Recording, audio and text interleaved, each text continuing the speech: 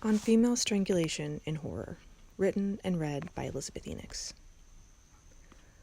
Watching horror through a survivor's eyes is different. A kinship forms with Final Girls when you're familiar with fearing for your life.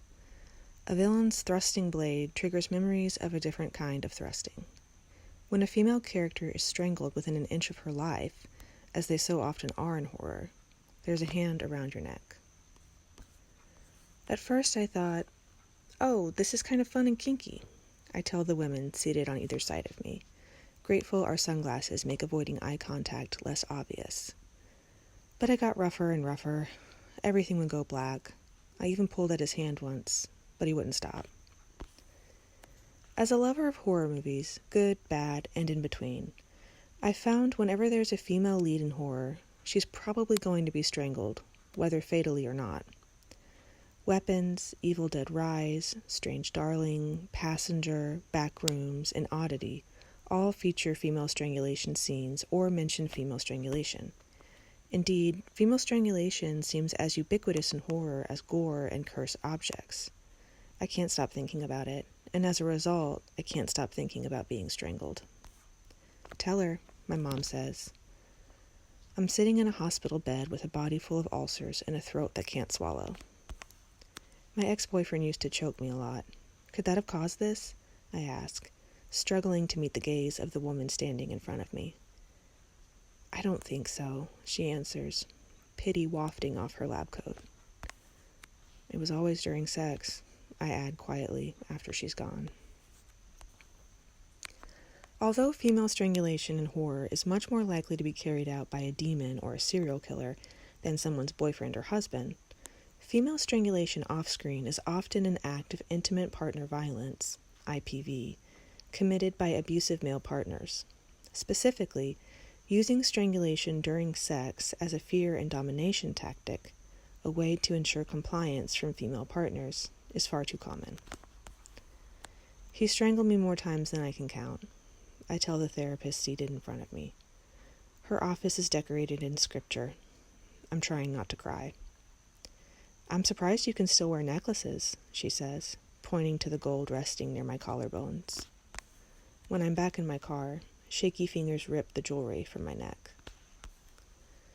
For reasons even I don't fully understand, but that likely have everything to do with internalized victim blaming, confusion around kink, and undeserved shame, I long considered myself an unsympathetic victim of non-fatal strangulation based on the fact that, during our relationship, my ex-boyfriend frequently strangled me during violent sex that he controlled and I eventually stopped objecting to.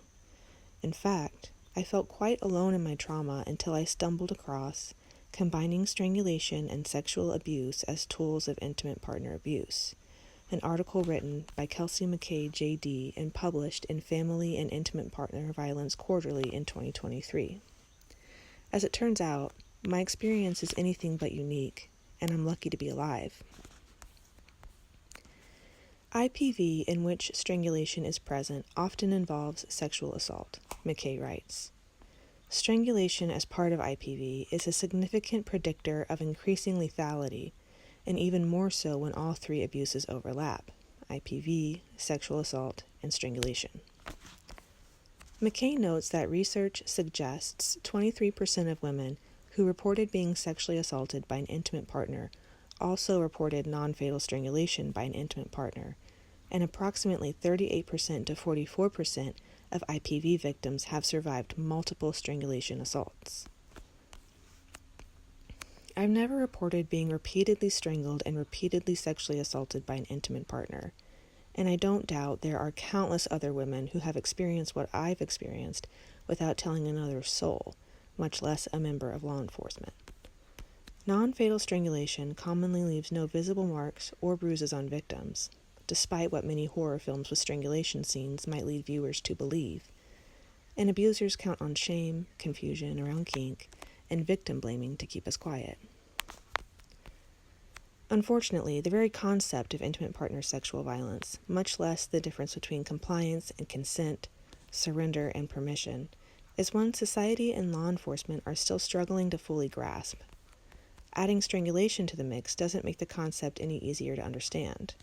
McKay addresses this in her article as well, writing, "Often, when sex and strangulation are combined, the crime is misunderstood by practitioners and the public.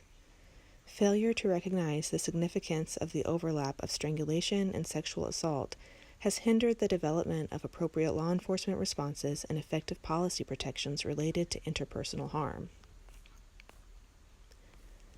I don't love the prevalence of female strangulation in horror, but I suppose I'm grateful the persistent visual led me to finally acknowledge both my victimhood and my survivorship of strangulation, particularly strangulation and sexual assault as intertwined acts of IPV.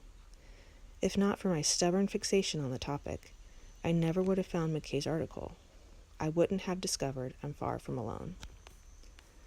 Celebrated horror filmmaker and alleged sexual assailant Alfred Hitchcock said, "A glimpse into the world proves that horror is nothing other than reality.